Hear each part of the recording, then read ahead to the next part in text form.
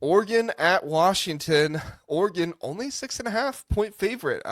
Oregon was a 6.5 point favorite at home against USC. They were a 6.5 point favorite at home against Indiana. They're only a 6.5 point favorite here at Washington. I mean, listen, Zach, the power rankings. No, we're talking about no. I tend to agree with what we're talking about here with this Washington team. They lost to Wisconsin, and yes, that sucks. But you go in to play Washington at home. It's not an easy trip. Now, Oregon, they took care of Washington pretty easily last year. Had all the sacks and everything else. And Damon Williams, he got his start, but it was, or did he get a start in that one? No, he had a start in the bowl game. He came in relief in that game, I think, for Will Rogers. But this one, Washington has dominated the rivalry, the Cascade Clash or the Fight for the Forest. I like the Fight for the Forest name there. That was good. Washington leads at 63-49, but Oregon did win the last meeting.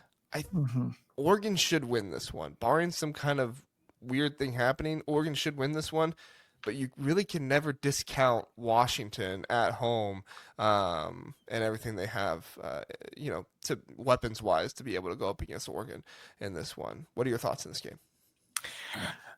I wonder if the attrition that Oregon has experienced will play a factor, and the wear and tear. I mean, their last few games, Oregon has played at Iowa, Minnesota, but then USC. And now they have to go to Washington. Whereas Washington, they played at Wisconsin, which obviously they lost, but then they got Purdue and at UCLA. So they haven't had to travel much since week 11. And they get to play at home. And if you look at the injury reports, I mean, Oregon's down their top 3 receivers. They're down offensive linemen. Yeah, if you count Evan Stewart. Yeah.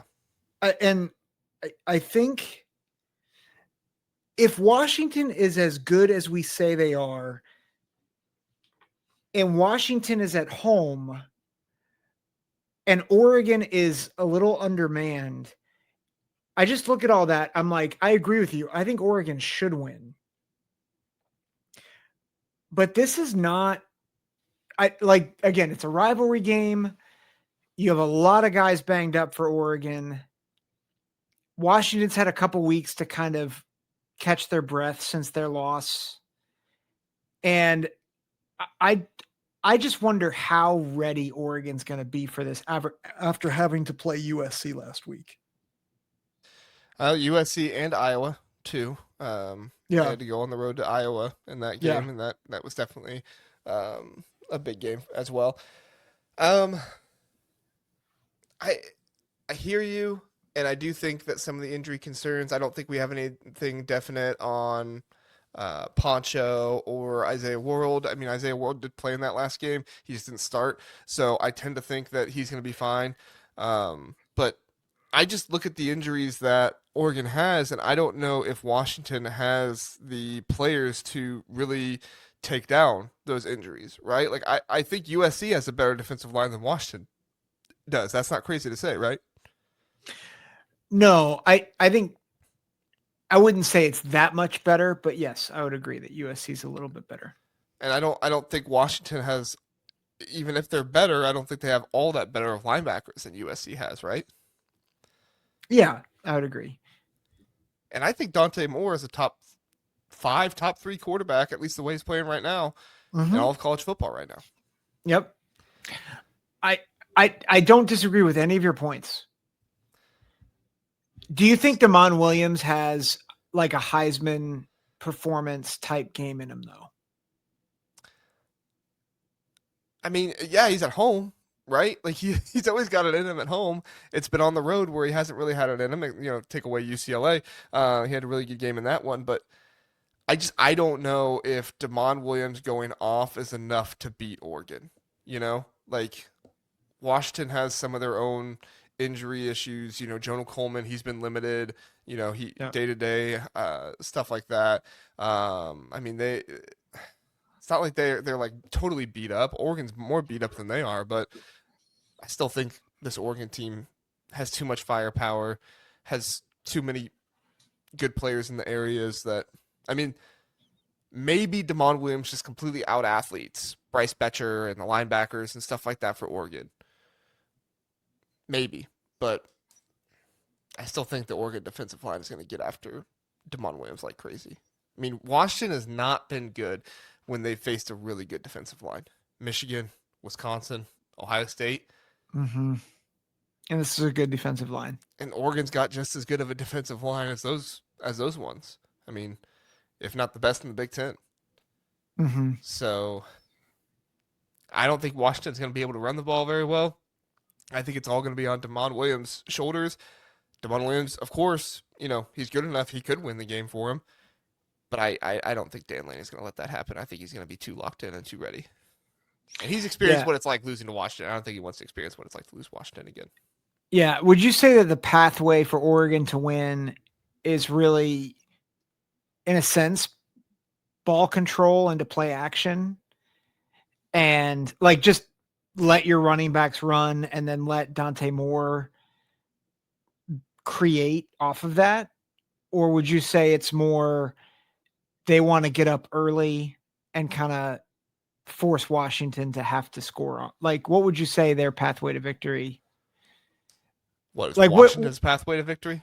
No, like what do you think? How do you think Oregon is going to want to attack this? Because I think Oregon has many pathways to victory. I'm not saying that they're limited. Washington's limited, but like where do you think Dan Lanning's would go? Like, how do you think he's gonna I game think it plan looks this? a lot like the USC game. I think that it's just methodical, move the ball down the field. You don't really need the explosive stuff. If you get the explosive stuff, it's fine, but you just go in there, impose your will, run the ball, get yourself set up for good third down situations, and let Dante Moore take care of it, be accurate, hit his guys in stride. And I mean, to me, it really says something that Dante Moore has really just been able to do this without his top three wide receivers, without Evan Stewart all season long, without DeCorian Moore, without Gary Bryant Jr. these past few weeks. I mean, those guys might be back. We'll see. We don't know.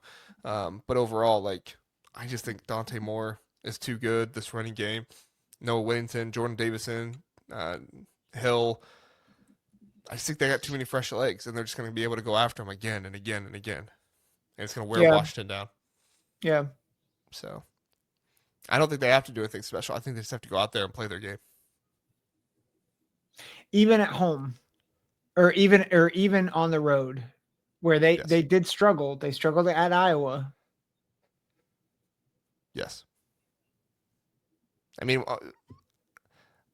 listen, I think Ohio State's the number one team in the country, but how much different is Oregon from Ohio State? I mean, I think they're a little different. Ohio State's better, I think. Yeah. But it's not like a huge, massive. It's not like if Ohio State and Oregon were on a neutral field, Ohio State would be favored by 10.5. Well, no. Yeah. So, have we checked the weather for this one? No. Because that could impact things as well. Yeah. Let me check that really fast. Because if it's bad weather, it's even more for Oregon. Right. It looks fine. It looks like 48, high of 48, cloudy but no rain. Yeah.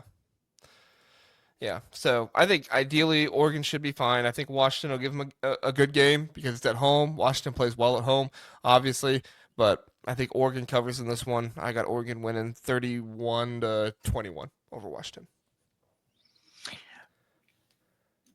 This is one of those.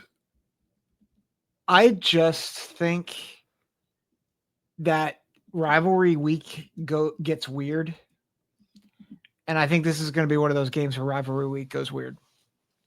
I think you're right. I think if this were a normal game, I would pick Oregon at least by 7, if not by 10. Mm-hmm.